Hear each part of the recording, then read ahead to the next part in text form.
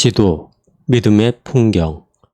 모든 탐험가가 말하듯 방위를 파악하려면 좋은 지도는 필수다.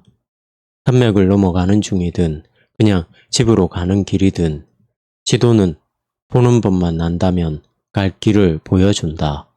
지금 어디에 있는지 혹은 무엇을 찾고 있는지 계산할 수 있도록 풍경의 큰 그림을 보여준다. 그래서 지도를 보면 그 지역의 특징들이 보이기 시작한다. 잠시 이 비유에 대해 더 생각해 보자.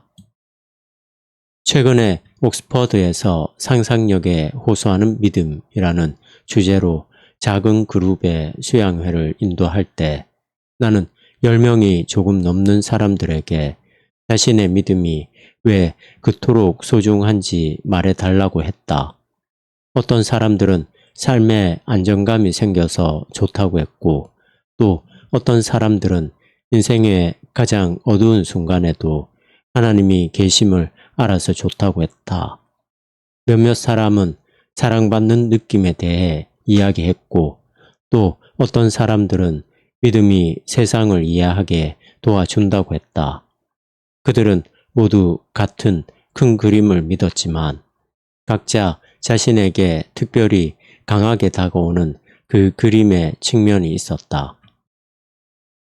그러나 정말로 흥미로운 것은 사람들이 다른 사람들에 대해 보이는 반응이었다. 기독교가 강조하는 하나님의 사랑을 소중하게 여기는 사람들은 자신이 발견할 게 더 많다는 것을 깨달았다. 예를 들어 믿음이 세상을 이해하게 도와주는 측면처럼 말이다. 모든 사람이 자신의 믿음이 도움이 되고 의미가 있다고 생각했지만 자신들이 아는 것보다 많은 게 있음을 깨달았다. 청년 때 내가 기독교에 끌린 이유는 세상을 설명하는 능력 때문이었다. 어떤 면에서 나의 회심은 매우 지적이었다. 그러나 나이가 들면서 나는 믿음의 다른 측면들도 인정하기 시작했다.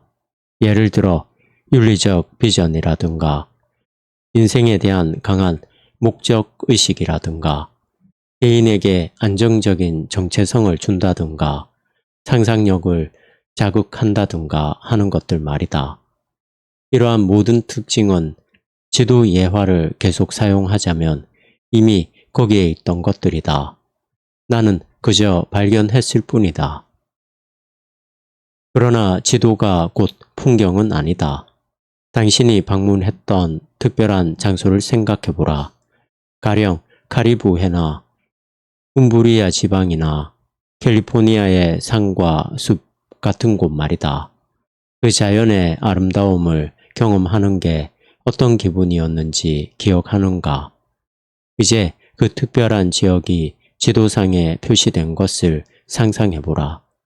그 3차원의 실제와 비교할 때 이 2차원의 재현물은 어떤가? 형편없을 것이다. 지도는 아름다운 풍경의 생생한 색채와 풍성한 질감과 미묘한 향을 담아내지 못한다. 종이에 그려진 그림은 자연 세계의 아름다움과 위엄을 결코 제대로 반영하지 못한다. 그러나 애초부터 지도의 목적은 그것이 아니다. 지도는 탐험하고 발견하고 자신이 가고 싶은 곳으로 가는 길을 찾게 도와줄 뿐이다. 기독교의 신조는 믿음의 풍경을 탐험하고 집으로 돌아가는 길을 찾게 도와주는 지도 역할을 한다. 신조는 성경의 핵심 주제들을 정제해서 사랑과 정의의 영광스러운 하나님을 드러내주는 지도다. 그 하나님은 자신이 지은 세상이 잘못되자 그 세상을 회복하고 바로잡기 위해 은혜롭고도 경이롭게 행하셔서 결국 그 세상을 완성시키신다. 그리고 우리는 그 이야기에서 중요한 부분을 차지하는 존재다. 그 이야기는 우리의 진정한 목적과 의미와 가치를, 우리가 누구이고 무엇이 잘못되었으며 하나님은 그 잘못에 대해 어떤 제안을 하시고 우리는 무엇을 해야 하는지를 밝혀준다. 기독교가 믿는 바는 서로 연관성이 없는 개별 관념들의 모음이 아니다. 실제에 대한 호소력 있고 설득력 있는 비전이 그것들을 하나로 묶는다. 복음이 그 비전을 가능하게 한다. 숨막히는 풍경을 보면 우리는 먼저 그 아름다움에 감탄한다. 그 다음에 그 특징들을 감상한다. 기독교 신앙을 이해하기 위해서는 먼저 그 비전을 포착해야 한다. 스냅 사진을 이해하기 위해서는 파노라마를 먼저 보아야 한다. 신조는 기독교에서 믿는 것들이 서로 어떻게 연결되는지를 이해하게 도와주는 지도다. 마을과 도시들이 어떻게 도로로 서로 연결되어 있는지 보여주는 지도와 같다. 신조에 대해서는 나중에 더 자세히 다룰 것이고 믿음의 지도가 어떻게 생기게 되었는지도 알아볼 것이다.